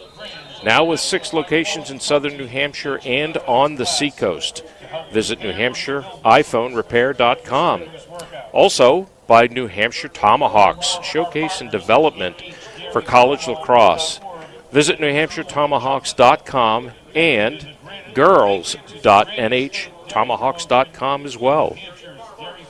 Dead River Company, a full-service heating providing company committed to keeping New Hampshire warm with propane and heating oil. I always have a problem with that line. Why is that? Maybe it's because I know prices are going to be going up. Learn more at deadriver.com. Roger Howe Real Estate and the Bean Group, your local professional for all types of real estate, residential, commercial, leasing, and investment properties. Call Roger at 603-247-1583. And here's Portsmouth back to work. Just under 5 minutes to go in this third quarter. They've got the 12-goal advantage of 15-3, as they have not let up here in this third quarter. They thought maybe that's possible in the third out of halftime. Timberlane fights back, but it's been just clinical from the Clippers so far. So they're back to work here. Worked over to Briggs-Catino. So what we call your time kill set. You're in a big circle, just throwing the ball around, trying to find the seam. Maybe a mistake by the defense, but Timberlane's changed. Well, again, we've seen this twice now. They get away with it this time for the moment. No, Don Mulderry's got. He's in alone in goal. He shoots, and somehow Mulderry not able to finish. His angle got cut off pretty good by Marston there, and he came in, and he didn't have quite the right-handed angle, and he changed his hands and does a little Canadian dip, as we call it, crosshand, and he was just off the mark completely. That's one I think he's going to think about tonight, but it is still the big lead for him. As Timberlane, again, that's twice they've tried to shovel it back to Marston, and it's just careless, as there's been a Portsmouth player there to knock it away. Oh, one of the issues that's arising here for the Owls is that they're so tired on defense, they're not bending over to get ground balls. They're not contesting them, and Portsmouth has more energy and they're more tenacious right now, and that's where they're losing these battles. Portsmouth ahead in the cardio category with the college swimmer on their side. Now here's a shot from distance, rising. Good work there by Marston. That was taken by Zach Amend. Well, I know our executive producer, Steve Beals, will remember this. Back in the day, Herschel Walker taking ballet lessons to, strengthen certain muscles and getting more dexterity and working on those things that you wouldn't normally in the weight room. Yeah, Andre Tippett, too, I'm being told. And, maybe the swimming crowd has gotten Portsmouth in the pool. They have a pool right there on campus, so they literally could come out of the locker room and go right in the pool. And Timberlane here back the other way off a turnover in transition. Oh. Unable to capitalize. Again, they did well against Portsmouth in their first meeting in terms of transition, but nothing there. As that got cleared away by Kilroy, and that's a quick goal. Right back the other way in transition. That was, I believe, James Buchan wearing number 28, who's got the goal for the Clippers. Well, good for him, because I don't think we've called his it's Buchan, I believe is his name. Buchan. I think he scored a goal in this contest previously. But, good for Gunnar Jackson. Had that penalty, came out storming, gets it all the way down, and give him the hockey assist on that. There was a dodge in there, but good play by Gunnar Jackson to get that ball up. Clock continued to run after that goal with a scoreline of 16-3. That was James Buchan with the goal. And Portsmouth again with a face-off win, as this has really been all Portsmouth from the get-go. They've dominated the first, the second, now the third quarter is just continuing to build their lead, and really this is just the type of performance you want heading into a championship game with a very good Dairyfield team. Portsmouth goal scored by number 28, James Buchan. assisted by number 41. All worked around here, again using more clock, as this one actually is going to get away. And that'll head out of bounds for a turnover. Jackson at 137. So back to get it, Gary Chivell for Timberlane. Oh, got tipped. That one gets tipped. Ugh. That's going to be turned over. In alone on goal, they shoot and they score. Baden Patterson off of another bad turnover by Timberlane makes it a 17-3 game, and can't say anyone saw this coming.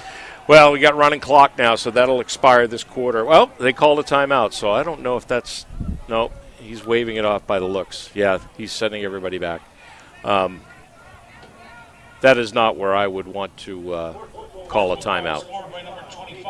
Given you got a running clock, you're really just wasting that. The clock should be – there we go. Now they got to restart. The official way for it to go, and it is back, so yeah. That's probably going to just about conclude this third quarter, and it has been more the same from the Portsmouth Clippers, flexing their muscles, showing why they are the number one team in Division II this year. Again, their only loss, they're undefeated against Division II opponents. Their only loss, a 10-9 defeat to the number one team in Division I, Exeter. So just showing how good, how deep this team is, and the clock does run out. We are through three quarters. Now I'll take a quick break here as we turn towards the final quarter in this one. Your score through three, number one Portsmouth 17, number 4 Timberlane 3. You're watching the 2022 NHIAA Boys Lacrosse Division II Semifinals here on Friday Night Lights, New Hampshire, presented by Beals Insurance.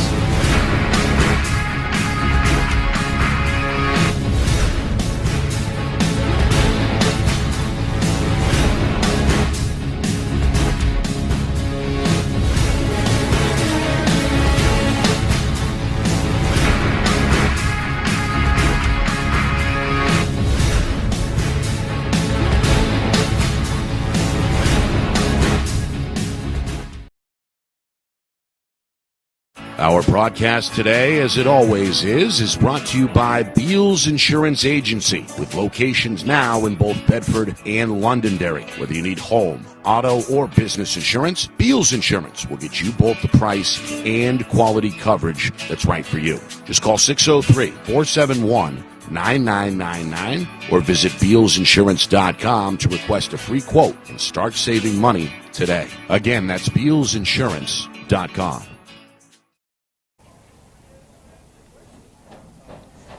Back here inside Stello Stadium, the fourth and final quarter between number one Portsmouth and number 4 Timberlane. It's the Clippers with a commanding 17-3 lead here as we head towards the fourth and final quarter. Evan Alfano, Roger Howe with you. Again, because of the score, there will be running clock at least to start this fourth quarter unless Timberlane can chip away at that enough. But, you know, Roger, if you're Timberlane, what's the mindset here in quarter number 4? Play hard, boys. It's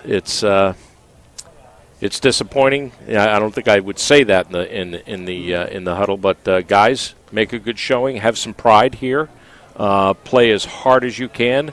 Empty the tank in this quarter. Empty the tank, and let the parents and the fans and the student body that came here to support you walk away knowing that you gave it your all and you left it all out on the field, and that's really all you can tell them at this point, you know? Yeah, and Timberlane, credit to their fans. They had a good student section come out here for this game. Really the only of the four schools that I've saw a good student section come out. So you still got a lot of fans up there in the crowd, and see what you can do here in the fourth quarter. We might see, again, some different faces and different names here in this fourth quarter as it's Portsmouth who gets possession.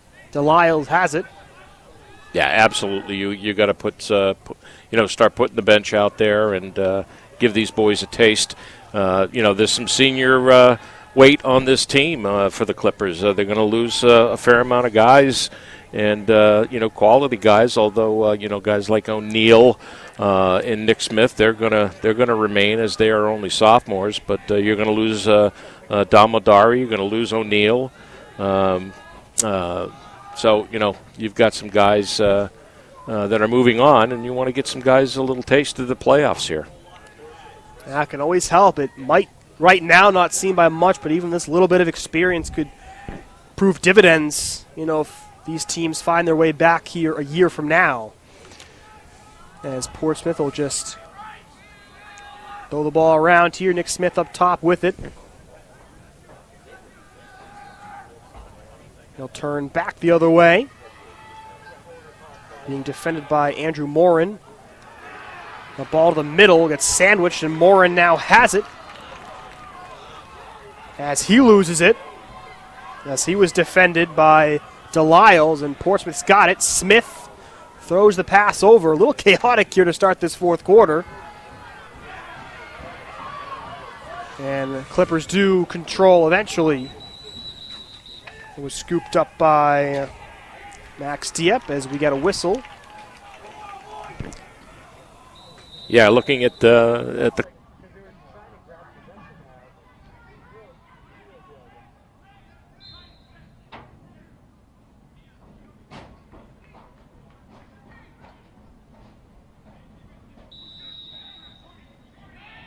Keegan Delisle will remain. As we said, Zach Amend. I think I said O'Neill mistakenly in my comment, but Zach Amend, only a sophomore. Nick Smith, only a sophomore. But they're going to lose Don Muldari. They're going to lose O'Neill. They're going to lose Max Brown, number 6. They're going to lose Peter Wool, Keegan Myers, Dylan Roloffs, and they're going to lose the goalie, Michaelitis. So there's going to be some holes out there for them starting off next year. And hopefully they can refill those spots and be just as strong next year. Yeah, it's interesting. You look at how Division II will shape out next year. Wyndham's losing a lot. Obviously, Portsmouth's losing a lot. You got to think Derryfield is going to probably be, I think, the team to beat next year with how much they're returning. Here's Timberlane back the other way. Again, still lots of time for them. Chance in towards goal. Bowman, quick spin. Trying to find a shot. We do see a flag come out against Portsmouth, so it'll be an extra man chance here for Timberlane in a moment. They still have possession. Yeah, I'm not sure if that's on Stone or the defender that came down to help out against Bowman. Find out here shortly. Good rip. Chance here. Good work there in goal. Is shot there by Ethan Gary. And a goaltender change. In fact, Michaelitis is out. Nate Amend is in there, the senior. Give him a taste of the playoffs here. Yeah, cool chance for the senior to again, under the lights here. Good work there for him in goal. As now we've got the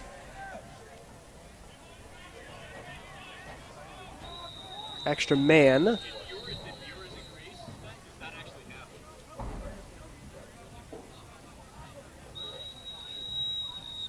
So Timberlane goes to work now. There it is. Oh, missed it. Chance there. Couldn't quite connect. Massey Schoen, I believe, number 15, the one that is off for Portsmouth. Still 35 seconds here for Timberlane on the extra man. I'd love to get a goal here, just under 7.5 to go. Pass gets deflected. That finds Kyle Shaw. Now it's played up top to Ethan Gary. He'll shoot from distance down low. Good save. There's Amend. He's had a couple of nice saves since entering this game. The senior making an impact here. Nate Amend. Yeah, he's almost to the total that Michaelitis had. 3 quarters already. Michaelitis was not tested too much in that first half, and then nor in the third. He had no shots on him at all in the third. I don't think it's so much Timberlane just didn't play well offensively. I think it's more of just how good Portsmouth, we talked about it, how good they've been defensively, just not allowing guys like Bowman to have really any space. Yeah, the whole attack has been just shut down because they have played so tight. Brown, Jackson, they have just done their part. They really have. And a shot there towards goal by Ben Purcell. Give him a save on that for Brady. Good work from Marston. He's had some good saves. He's been obviously under siege since this game's began. Yeah, right from the get-go. Done really all he can in goal. Has Marston, a junior, so he'll be back for this Timberlane squad next year. But you think about it, this game started off with Timberland retaining the ball for almost 2 minutes on offense. They'd won the face-off, right? Yeah, and it looked like we were going to have certainly a different outcome by the end of that first quarter. But, man, five straight goals by Portsmouth to kind of snuff that out and kind of set the pace. Good pop there. We'll take it. Big hit there by Brady Kilroy, but whistle blew. Broken stick by Saheski there. Haven't seen that today up till now. Yeah, and technically that's a penalty. You have to drop everything when you break a stick. You can't hold on to a shaft or a head or anything, but no need at this point. Oh, good turn. And he missed it. Yeah, some good passing there. Kyle Shaw. That doesn't happen often with Eric George missing that. I'm sorry to step on you there. No worries. As we are under 5 minutes here at Stello Stadium, 17-3 the score. Timberlane on the attack, low shot there. And then there. Yeah, even now with the replacements in there, the defense isn't giving them any room. Good stop again by Amend. He has been impressive here in this fourth quarter as Nick Amend, one of the seniors, and trying to go through the roster for Timberlane. They're losing some good players. Of course, Eric George is going to be graduating, but you guys got Marston's back. Bowman, they're both juniors. They'll be back on the team next year. Savage is only a freshman, Mikey Savage. So a lot of good pieces for Timberlane coming back on next year's team. Yeah, for sure. The one thing that's going to hurt out there, obviously, is Joe Shivel. He will, he's been out all year, knee injury. But his brother, who is a bright spot on that defense, number 15 for them, he will be back. He's a sophomore. And, I've talked to Ken Blaska quite often throughout the season. And, we don't just talk about his team. We talk about youth. We talk about what they do over there in the Atkinson, Plastow area with their youth program that I think with all youth programs in the state has faltered the last couple of years, especially with COVID. But they need to start doing what a lot of other towns need to do, and that is build up that youth program. And, hopefully he won't see a roster that only has, 16, 17, players on it at the varsity level. It was epidemic this year, unfortunately. There were a lot of teams that could not even field JV squads. And that just it trickles down to those levels where, your reserves and your JV teams and your freshman teams, they just don't see any field time at all. Yeah, and just talk about, the importance of youth teams, what they can do. I went to Bow High School, and our girls' soccer team's been in the Final Four, I think, every year since 2010, and it's because of how good the youth program is. The chance here, Amend there again. We've got an indoor soccer facility in the town of Bow, Fieldhouse Sports, right. So, kids are able to play really year-round. So it does show the importance of having good youth programs and what it does to, to help grow these high school teams. Indeed. Oh, behind the back again.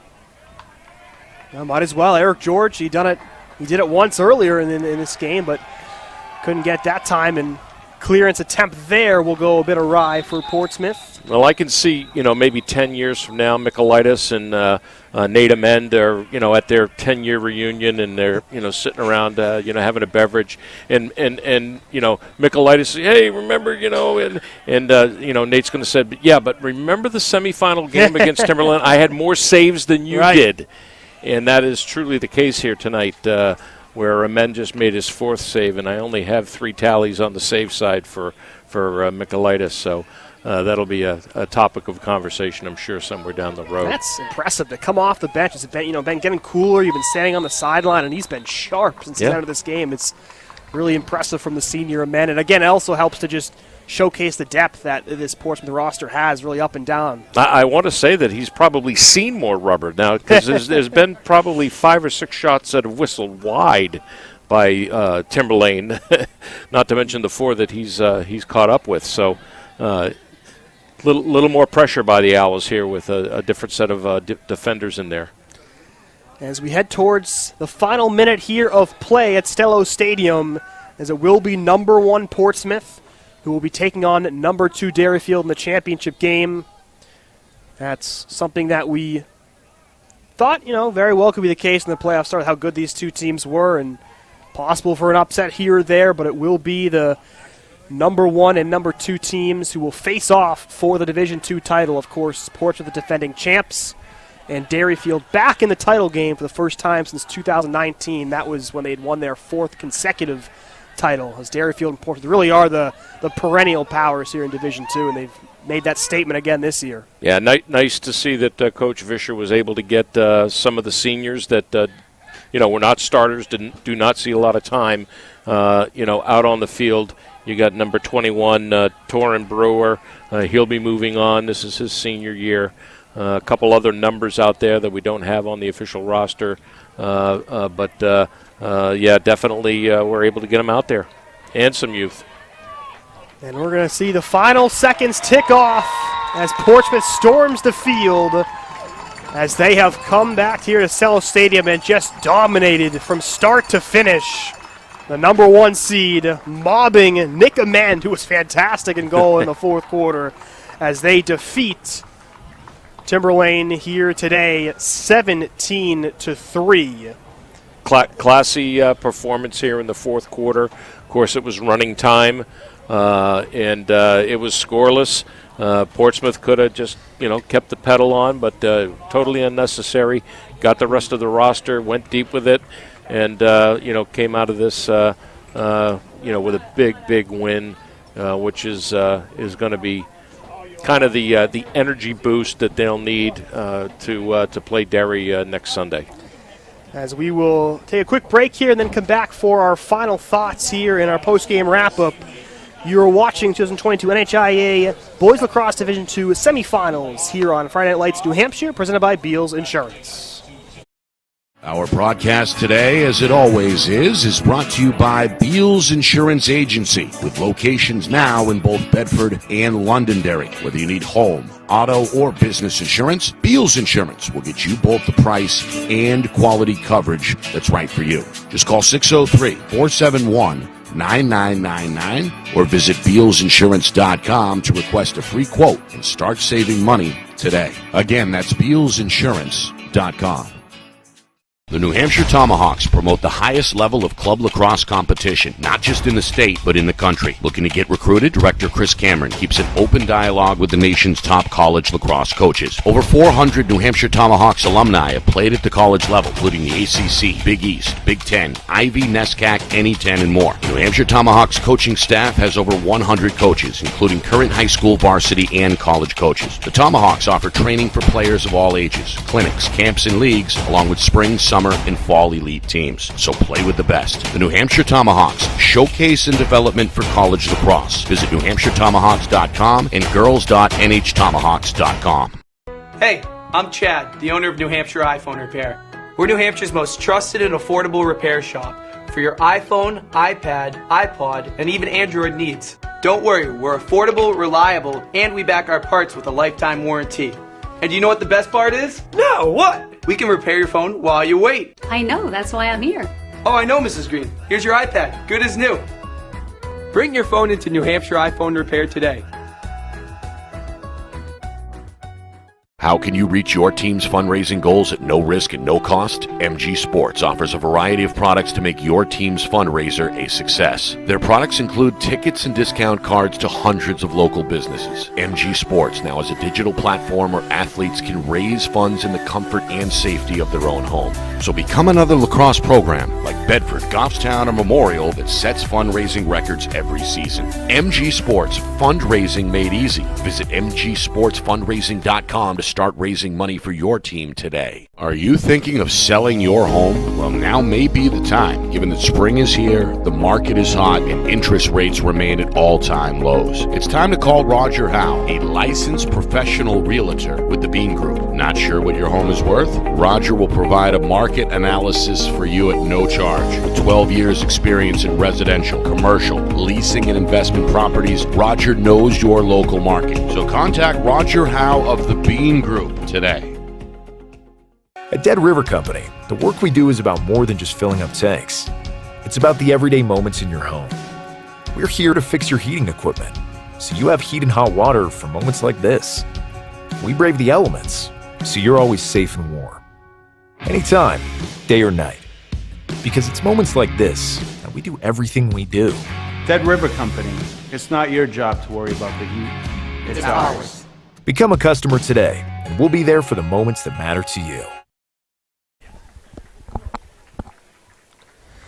Welcome back here to Stello Stadium as we are wrapping up the second semifinal between number 1 Portsmouth and number 4 Timberlane.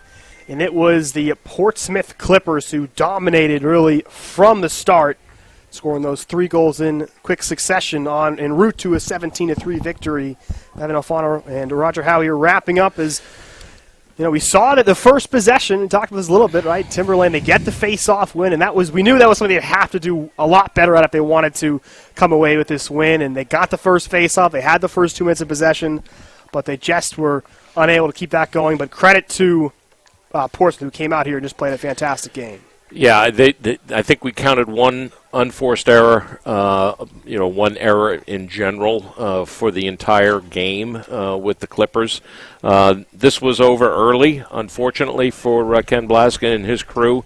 But as I said pregame, and I said it Sunday morning during the show about the playoffs, this is just a train that is just chugging. It's going to be hard for them to stop, and it's just amazing to see the caliber of talent on that team. And I keep reflecting back to my days at Bedford High School when we were Division II, and we had very, very similar teams that had this kind of depth and talent, and the urge to go up to Division I, the urge and the push and the chatter and the discussions of all of that. And, the girls are moving up to Division I for Portsmouth. But one of the reasons I wanted to spend a little bit of time on the roster and the seniors moving on is that this is what is unseen. And, yes, Portsmouth has a strong team this year. They were the champions last year. But they could be a whole different team next year. And to put them into the throes of Division I, it may be a little bit early for that. Who knows? Who knows? They've always been a very strong program and remain to be that way. And I'm just getting a high five from Coach Fisher down there. But it'll be interesting to see how that game starts off, because you got 2 dominant face-off guys. You got Purvis and you got Mr. Smith, and 2 teams that can spread out that offense amongst all the dominant players on their team, and then go bang heads on defense as well. Yeah, Purvis versus Smith, it's like a title fight, right? You just promote that. And that's I like that. I like that. Yeah, I think we got to play up on that. That's going to be watching both of them today. It's just, how can you pick one over the other? They both just dominated. And they did it in different styles, where it, O'Neill takes it all, or excuse me, Smith takes it all on himself. Not that he can't direct. I actually saw him direct like one he made clean, and he actually, instead of picking up the ground ball that he could have gotten, he just directed it over to his wing. Say, here, get in the box score, that kind of thing. Whereas Purvis wasn't doing a lot of pinch and pops, wasn't doing a lot of single, pinch and pop. And grab and go. He was directing it to Fowler. So I'm going to love calling that game on Sunday. Certainly going to miss your presence there. You'll be moving on to maybe hockey or something else, which is your forte. It's been great having you here. 2 good games back to back, and you got to see and get a little taste of lacrosse here. Been a lot of fun watching the best of Division II, because obviously my alma mater, Bo, we had a tough year this year, but it's good to come out here and see the best teams here in Division II. Now, we've been getting some scores here. We can probably give a little bit of scoreboard results here. What did we hear about the girls' game tonight? So the big one I was watching had the Division III final, Laconia for girls, between Hopkinton, who were the 2 seed, and Bow, the 1 seed. Hopkinton won that 13-12. both these teams, they beat each other once in the regular season. They were both one-goal games, so you knew going in this is going to be neck and neck between the top teams in Division III. And it was Hopkinton that came away with the one-goal win in a really tightly contested matchup in the Division III girls final up in Laconia. And we had a Division I result, did we not? Executive producer Beals, was it 17-7? Are you talking about which game? Division I at Exeter. The Bishop Girton girls? Bishop Girton girls. Yeah, so we'll see what we can do to find out about that. But I believe the last we checked, Bishop Girton was ahead in that game against Bedford. I think it was something like 13-7. 13-7. Around okay, there. That sounds about right. Yep. Yeah. Yep. 13-7. There we go. There we go. So all we're missing then is all sorted out. Yeah. So we'll look forward to seeing you this Sunday over at Bilball Stadium. Friday Night Lights, New Hampshire will be doing all three games, which will be Division III, which I think is the first time we've done a Division III championship, which is great. Those teams deserve the airtime that we give to Division II and Division I.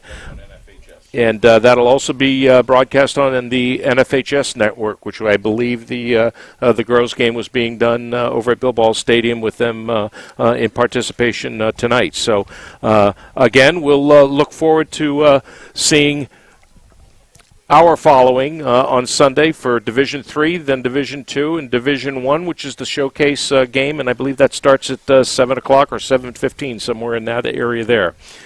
For my partner, Mr. Evan Alfano, great to have you with us again. And to our cameraman, Craig Cardoni, Matt Beals was on the camera crew here tonight as well. Our second camera crew with John Barron was over at the stadium, I believe, or that was with NFHS as well. Our director, man back, as Nick would say, behind the curtain over at the Beals Insurance Studios in Bedford. Ben Beals did a great job juggling things up today, getting us the replays we absolutely need, and I thank you for that, Ben. And then, of course, up from Florida here, our executive producer wearing his party shirt, ready to go, Steve Beals, and certainly the sponsor of our telecast, Beals Insurance Agency. Until we see you Sunday, good night, folks.